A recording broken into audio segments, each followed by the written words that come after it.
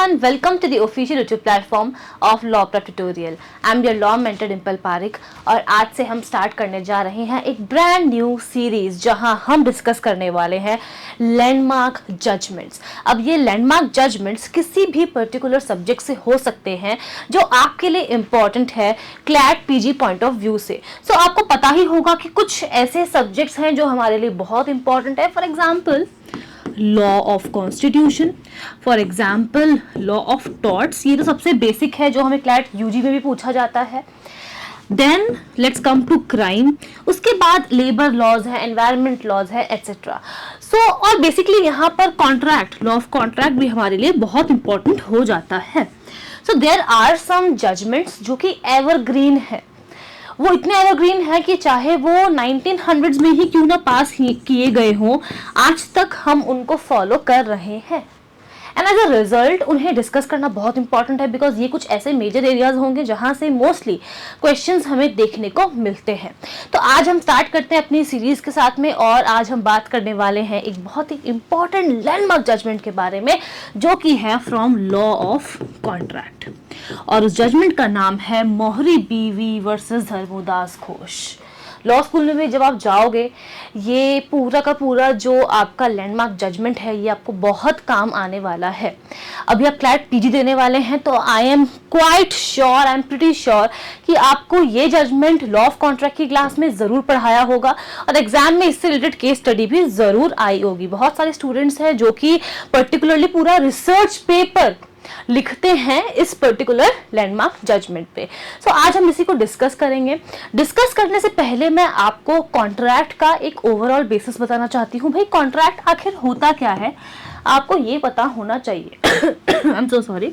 सो सबसे पहले जो भी कोई पार्टी होती है उसकी तरफ से या तो कोई ऑफर जाता है या फिर कोई प्रपोजल जाता है। जैसे ही इस ऑफर को एक्सेप्टेंस मिल जाता है तो उससे क्या होता है, दो लोगों के बीच में एक प्रॉमिस फॉर्म हो जाता है। Now when this promise comes along with consideration it becomes an agreement. क्यों डिस्कस कर रहे हैं? क्योंकि कुछ इंपॉर्टेंट टर्म्स होते हैं। एक होता है वैलिड कॉन्ट्रैक्ट, फिर होता है वॉइड कॉन्ट्रैक्ट और फिर होता है वॉइडेबल कॉन्ट्रैक्ट। जब इनको समझेंगे तभी तो इस जजमेंट को समझ पाएंगे हम।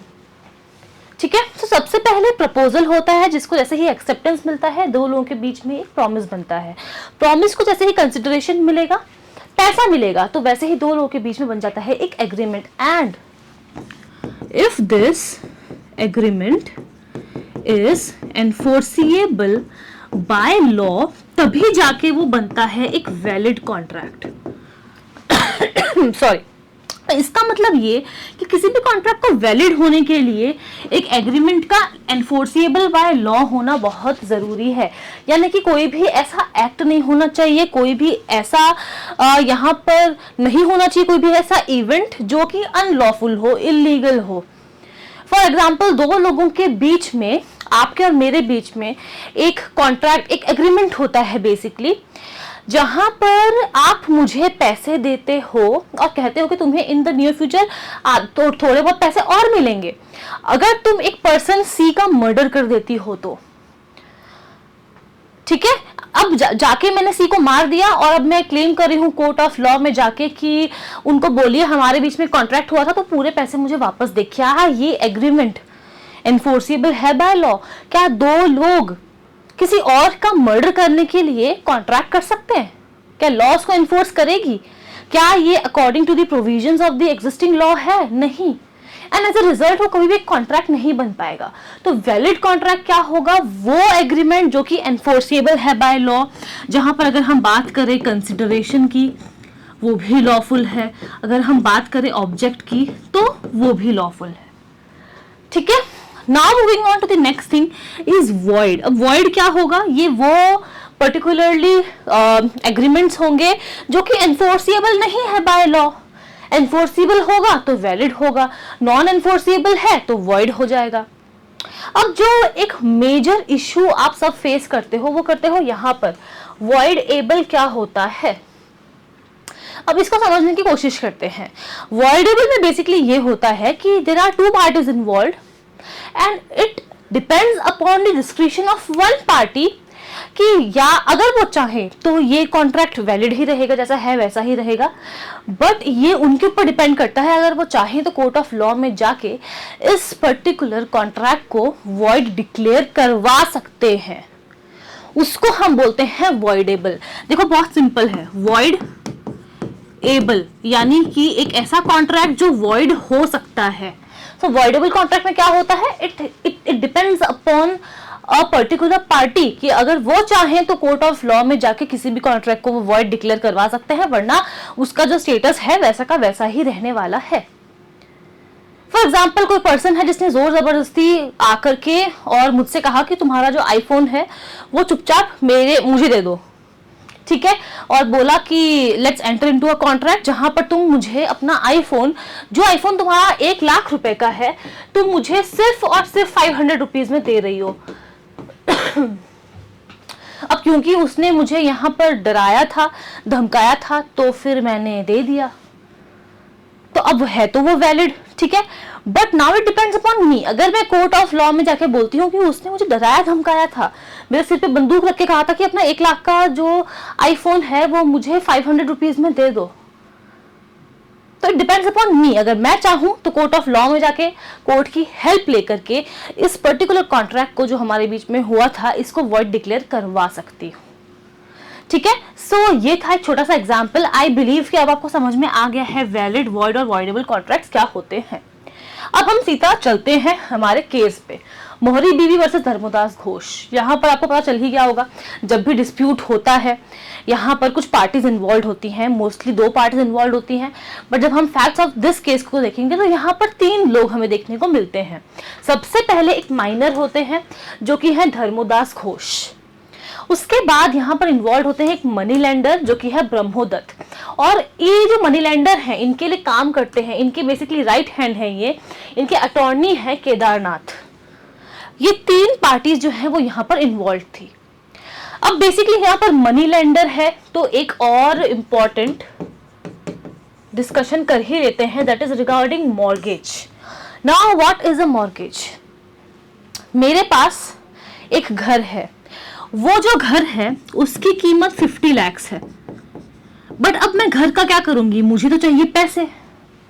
और अगर मैं किसी पर्सन को जाके ऐसे ही बोलती हूँ कि प्लीज आप मुझे 60 लाख रुपीज दे दो उधार, मैं आपको बाद में चुका दूंगी, तो क्या कोई मुझे देगा ऐसे ही? नो, बिकॉज हर पर्सन चाहता है कि उसका जो पैसा है वो सिक्योर्ड रहे। And as a result mortgage में क्या होता है कि I am going to a particular person to seek a loan, ठीक है, और ये जो लोन अमाउंट है इसके बदले मैं उनको देती हूं एक सिक्योरिटी कि भाई ये लो, मेरा जो घर है 50 लाख का, इसकी जो टाइटल डीड है, इसके जो कागज हैं वो मैं आपके पास गिरवी रख देती हूँ, उसके बदले आप मुझे 60 लाख रुपीस दे दो। In case I fail to pay you this particular amount along with the interest, in that case आप इस पर्टिकुलर प्रॉपर्टी को बेच करके आपका जो कुछ भी पैसा होता है वो वसूल सकते हो। ये होता है यहाँ पर, ठीक है। तो ये 3 पार्टीज इन्वॉल्व थी। आप देख सकते हो कि ये जो केस है ये 1903 का है, इतना पुराना केस है, लेकिन आज भी हमारे लिए ये बहुत इंपॉर्टेंट है। इसलिए मैंने कहा था landmark judgments are very important for us, ठीक है। तो अब हम आगे बढ़ते हैं और चलते हैं फैक्ट्स ऑफ द केस पे। मैंने आपको ऑलरेडी बता दिया है कि 3 लोग यहाँ पर इन्वॉल्व हैं। सबसे पहले हम आते हैं धर्मदास घोष पे। मैंने क्या बताया था कि this person was a minor, और ये जाते हैं अपनी प्रॉपर्टी को मॉर्गेज पे रखने के लिए एक मनी लेंडर के पास जिनका नाम था ब्रह्मोदत्त, और उसके बाद वो उनसे बोलते हैं कि ये मेरी एक प्रॉपर्टी है, इसको आप अपने पास रख लो, इसके बदले मुझे 20,000 रुपए का लोन दे दो, जिसके लिए मैं आपको 12% इंटरेस्ट भी चुकाने को तैयार हूं, ठीक है। अब मैंने आपसे क्या कहा था, ब्रह्मोदत्त जो है इनके राइट हैंड थे केदारनाथ, यानी कि ये इनके लिए काम करते थे, इनके अटॉर्नी थे, तो ये पूरा ट्रांजैक्शन वही संभाल रहे थे। अब जब ये ट्रांजैक्शन चल रहा था उस टाइम पर ये जो अटॉर्नी है केदारनाथ, इनको साफ साफ बता दिया गया था कि ये जो धर्मदास घोष है जो यहाँ पर मॉर्गेज पे प्रॉपर्टी रखने आया है, लोन लेने के लिए आया है, लोन सिक्योर करने के लिए आया है, ही इज अ माइनर, ठीक है, तो अगर तुम पैसा दे भी रहे हो तो वो अपने रिस्क पे दे रहे हो, बट ये जो पर्सन थे केदारनाथ वो इस बात को इग्नोर कर देते हैं। इवन दो उनको नॉलेज थी कि this person Dharmodas Ghosh is a minor, उन्होंने यहाँ पर जो प्रॉपर्टी थी उसको रख लिया और उसके बदले लोन दे दिया। ठीक है, अब उसके बाद क्या होता है, धर्मोदास घोष ये तो थे एक माइनर, एज अ रिजल्ट ये अपनी मदर और अपने गार्जियन के थ्रू क्या करते हैं, एक लॉ सूट फाइल करते हैं in the court of law और कहते हैं कि जो कुछ भी कॉन्ट्रैक्ट हमारे बीच हुआ था, यानी कि धर्मोदास घोष और ब्रह्मोदत्त के बीच में हुआ था, वो उसको वॉइड डिक्लेयर कर दे। क्यों? बिकॉज ये कहते हैं कि जब मैं इस कॉन्ट्रैक्ट में एंटर हुआ था कि मेरे प्रॉपर्टी के कागज रख लो और इसके बदले मुझे पैसे दे दो, that is 20,000 rupees at 12% interest, तब मैं एक माइनर था। अब पैसा तो ये ले चुके हैं, तो अब ये जाके क्यों बोल रहे हैं कि मैं एक माइनर था, ताकि इनको वापस ना देना पड़ जाए कुछ भी अलॉन्ग विद द इंटरेस्ट। अब यहाँ पर जो ब्रह्मोदत्त हैं वो डर गए, उनको लगा कि भाई अब क्या होगा, तो इन्होंने भी अपने हिसाब से अपने अपने पॉइंट ऑफ व्यूज रखे। तो इससे कोर्ट के सामने 3 इंपॉर्टेंट इश्यूज रेज हुए। Number 1, is a contract enter into bye a minor void और मेरली वॉइडेबल। अगर कोई माइनर कॉन्ट्रैक्ट में एंटर कर रहा है तो वो वॉइड है कि वॉइडेबल है, यानी कि वो इलीगल है फ्रॉम इट्स इंसेप्शन, ठीक है, वो नॉन एनफोर्सेबल है, या फिर पार्टी के ऊपर डिपेंड करता है कि वो कोर्ट में जाके उसको वॉइड डिक्लेयर करवा सकता है। तो ये वॉइड है या वॉइडेबल है, फर्स्ट क्वेश्चन था।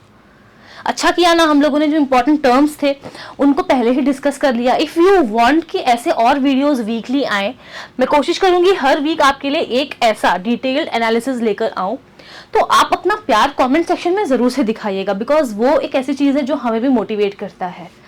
सेशन को अगर आपने लाइक नहीं किया है तो आप लाइक कर दीजिएगा। आपके जितने भी फ्रेंड्स हैं जो कि क्लैट पीजी की तैयारी कर रहे हैं उनके लिए ये बेनिफिशियल होगा, तो आप उनके साथ भी इस वीडियो को शेयर जरूर से कीजिएगा ना। ये तो था first question.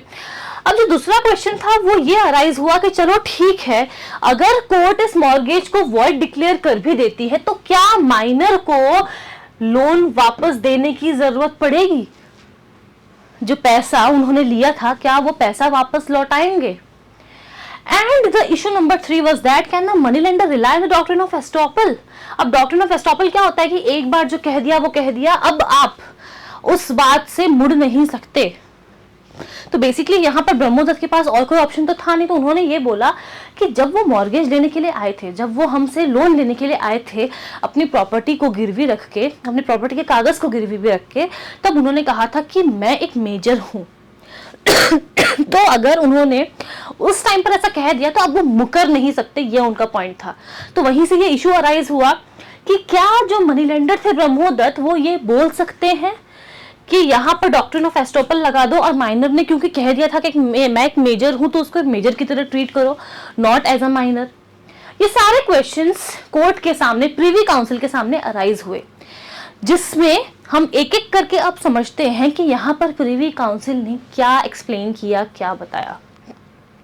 Number 1, a contract with a minor is absolutely void. हमें यह बताया गया a contract with a minor is void ab initio, यानी कि void from the very beginning, from the very Inception. यानी कि इसका मतलब यह है कि हम ये मानेंगे कि कॉन्ट्रैक्ट कभी हुआ ही नहीं है। तो कॉन्ट्रैक्ट अगर कभी हुआ नहीं है तो क्लेम कैसे करेंगे? समझे आप मेरी इस बात को? तो कोर्ट ने साफ साफ सबसे पहले ये कह दिया कि contract with a minor is void ab initio. ये वॉइडेबल नहीं होता है, ये वॉइड होता है। ऑल्सो उन्होंने ये बताया कि भाई जब हम इंडियन कॉन्ट्रैक्ट एक्ट पढ़ते हैं तब उसमें हम पार्टीज कॉम्पिटेंट टू कॉन्ट्रैक्ट के बारे में पढ़ते हैं, जहां हमें कुछ मेजर पॉइंट्स बताए होते हैं कि फॉर एग्जांपल जो पार्टी कॉन्ट्रैक्ट में एंटर होती है वो कॉम्पिटेंट होनी चाहिए, यानी कि नंबर 1 वो मेजर होने चाहिए, वो एज ऑफ माइनॉरिटी के नहीं होने चाहिए। नंबर 2 वो पर्सन साउंड माइंड के होने चाहिए, अनसाउंड माइंड के नहीं होने चाहिए। नंबर 3 वो पर्सन किसी भी लॉ के द्वारा डिस्क्वालिफाइड नहीं होने चाहिए है at that point of time to enter into a contract. And number 4, वो पर्सन जो है वो इंसॉल्वेंट भी नहीं होने चाहिए। ठीक है, तो अगर दो पार्टीज को कॉन्ट्रैक्ट में एंटर होना है तो पार्टीज को कॉम्पिटेंट होने की जरूरत है। तो साफ साफ कहा गया कि भाई मेजर जो लोग होते हैं वही कॉम्पिटेंट होते हैं। तो जब माइनर इनकॉम्पिटेंट है, कॉन्ट्रैक्ट में एंटर होने के लिए कॉम्पिटेंट है ही नहीं, तो फिर हम यहां पर कैसे मान लें कि कोई कॉन्ट्रैक्ट हुआ भी था? वो तो नल एंड वॉइड है। एज अ रिजल्ट जो पहला इशू था इसका जवाब हमें मिल गया, is a contract entered into by minor void और मेयरली वॉइड। साफ कह दिया, मेयरली वॉइडेबल, साफ कह दिया कि it is void ab initio. अब चलते हैं हमारे नेक्स्ट पॉइंट पे, minor has no obligation to pay और रीपे। हमें क्वेश्चन यहाँ पर ये पूछा गया था कि चलो ठीक है, अगर मॉर्गेज वॉइड भी होता है तो क्या माइनर वो पूरा पैसा वापस देगा, 12,000 रुपए जो उसने लिए थे? कोर्ट ने साफ साफ ये कहा कि धर्मोदास घोष जो कि एक माइनर है, he is not required to pay anything. अब यहाँ पर ये क्वेश्चन क्यों अराइज हुआ? बिकॉज लॉ ऑफ कॉन्ट्रैक्ट में हम एक प्रोविजन देखते हैं, जो प्रोविजन ये बताता है कि अगर कोई कॉन्ट्रैक्ट वॉइडेबल है तो जो भी पार्टी यहाँ पर इन्वॉल्व है वो उस पर्टिकुलर सामान को रिस्टोर कर देंगे, वापस दे देंगे। बट यहाँ पर कोर्ट ने ये बोला कि ये जो प्रोविजन है it deals with voidable contract, but हम तो ये कह रहे हैं कि contract with a minor is void ab initio. तो अगर वॉइड है तो ये प्रोविजन तो यहाँ पर एप्लीकेबल होगा ही नहीं। एंड एज अ रिजल्ट इन्होंने साफ साफ कह दिया कि कोई भी पैसा जो कि इन्होंने लिया है वो उस मनी लेंडर को वापस नहीं मिलेगा। एंड इसके पीछे एक और रीजन था, वो ये कि एक्सप्लिसिटली जो केदारनाथ थे, उनके राइट हैंड थे, उनके अटॉर्नी थे धर्मोदास घोष के, उनको बताया गया था ऑलरेडी कि वो एक माइनर है। उसके बाद भी यहाँ पर इतना बड़ा इशू क्रिएट हुआ। उसके बाद हम सीधा चलते हैं हमारे थर्ड क्वेश्चन पे, क्या यहाँ पर डॉक्ट्रिन ऑफ एस्टॉपल लगाया जा सकता है? लेट्स सी इस पे कोर्ट का क्या कहना था। कोर्ट ने साफ साफ कह दिया कि यहाँ पर एस्टॉपल भी अप्लाई नहीं होगा। मैंने को क्या समझाया था, डॉक्ट्रिन ऑफ एस्टॉपल क्या होता है? जहां पर भी से कि एक बार जो कह दिया तो कह दिया, अब आप उस बात से मुकर नहीं सकते। ठीक है, सो वही चीज हमें यहाँ पर देखने को मिल रही है। बट कोर्ट ने साफ साफ ये बोल दिया हम लोगों को कि यहाँ पर अप्लाई होगा ही नहीं है, क्योंकि जो माइनर है वो तो इनकॉम्पिटेंट है कॉन्ट्रैक्ट में एंटर करने के लिए। तो अगर वो इनकॉम्पिटेंट है तो फिर एस्टॉपल हम कैसे लगा दें?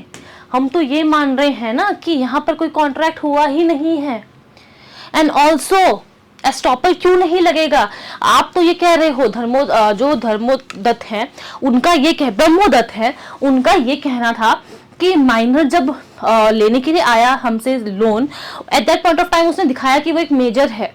बट कोर्ट ने बोला कि आपके जो राइट हैंड है, आपके जो अटॉर्नी है केदारनाथ, इनको तो साफ बता दिया गया था, साफ साफ बाय अनदर अटॉर्नी कि ये पर्सन माइनर है।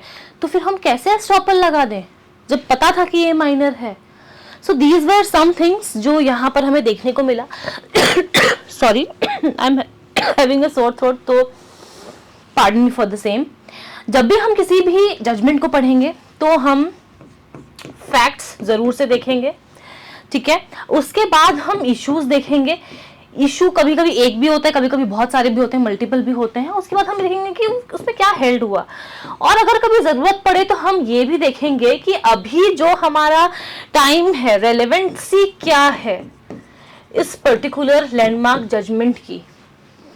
तो क्या हमें इस जजमेंट का इम्पैक्ट आज भी देखने को मिलता है? डेफिनेटली। ये एक लैंडमार्क जजमेंट है, एक प्रीसीडेंट है जिसको हम आज भी फॉलो करते हैं, और साफ साफ बताया गया है कि आज भी हम यही फॉलो करते हैं। A contract with a minor is void ab initio. कभी नहीं भूलोगे आप अगर एक बार इसको पढ़ लिया तो। एंड ऑल्सो हमें यहाँ पर एक बहुत इंपॉर्टेंट बात बताई गई, वो है क्लैरिफिकेशन ऑफ रेस्टिट्यूशन। ठीक है, अब यहाँ पर जो रूलिंग है इन्होंने क्या क्लैरिफाई किया कि हम माइनर को कंपेल नहीं कर सकते हैं, जो भी है उसके पास उसको वापस देने के लिए, 12,000 रुपए देने के लिए हम उसको कंपेल नहीं कर सकते हैं। सॉरी, क्यों कंपेल नहीं कर सकते हैं? बिकॉज ऑलरेडी केदारनाथ को पता था कि वो तो एक माइनर है। तो यहाँ पर इस तरीके से ये काम तो हो ही नहीं सकता है, बिकॉज ये तो कॉन्ट्रैक्ट ही वॉइड है। ठीक है, सो ये कुछ ऐसी इंपॉर्टेंट बातें थी जो हमने डिस्कस की। अब आपका होमवर्क ये है कि आप मुझे कमेंट करके बताओगे क्या ये हर केस में फॉलो होता है। क्या हम हर केस में यही बोलेंगे कि माइनर के पास जो भी है वो उसको रिटर्न नहीं करेगा, रिस्टोर नहीं करेगा, रीपे नहीं करेगा, या कुछ एक्सेप्शंस भी होते हैं? इसके बारे में आप मुझे कमेंट करके बताओगे। एंड यस, अगर आपको सेशन पसंद आया हो एंड आपको इसी तरीके से सिंपलेस्ट वे में क्लैट पीजी की तैयारी करनी है, लॉ को समझना है, हम आपके लिए बहुत कुछ एक्साइटिंग लेके आने वाले हैं इसी मंथ। आपको क्या करना है, आप लॉ प्रेप ट्यूटोरियल की ऑफिशियल वेबसाइट को विजिट कर सकते हो। यहाँ पर अभी आपको ये प्रीमियम क्वालिटी मॉक टेस्ट देखने को मिल सकते हैं, आप इनको भी एनरोल कर सकते हो प्रैक्टिस करने के लिए। एंड अगर आपको कोई भी अदर क्वेरी है तो ये काउंसलर का नंबर है, आप इस दिए हुए नंबर पे कॉल कर सकते हैं। So yes, that is all about it. Thank you so much. I will see you all in the next session. और यस, जाते जाते मुझे ये भी बताते जाना कि और कौन से ऐसे टॉपिक्स हैं या फिर लैंडमार्क जजमेंट्स हैं जो आप चाहते हो कि हम कवर करें। So yes, that is all about it. Thank you so much.